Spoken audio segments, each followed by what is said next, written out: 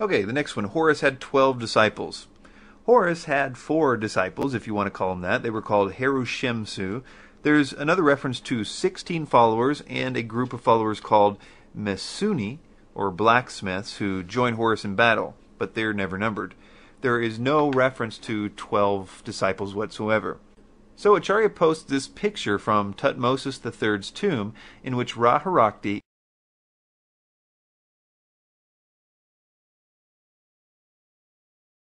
is seated and has 24 people in front of him. Acharya posts this one with only 12. Later on, a museum curator told them that the picture that she posted was cut off and there was actually 24 people there. And that's kind of a long, complicated thing, but in defense, it's said that, quote, "We are not cherry-picking separate motifs here, as though we sifted through all the pictures of gods with various numbered groups until we just happened to find one that had exactly 12.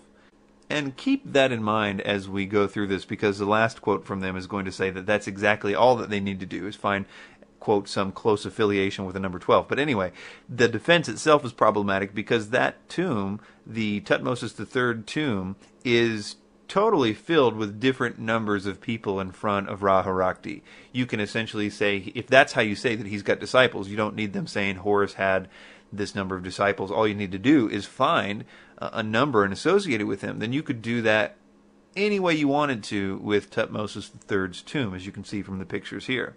But anyway, here's the quote on them about this point, and they're going to mention the curator here, who was the one that pointed out that Acharya had posted a cut-off picture of the 12. Anyway, it says, "I think the curator and this zeitgeist antagonist are getting too hung up on the word disciple. It doesn't need to be a disciple. It just needs to be a close affiliation with the number 12 in order to be a conspicuous source of influence." So, they should have probably mentioned that when they told everybody that Horus had 12 disciples.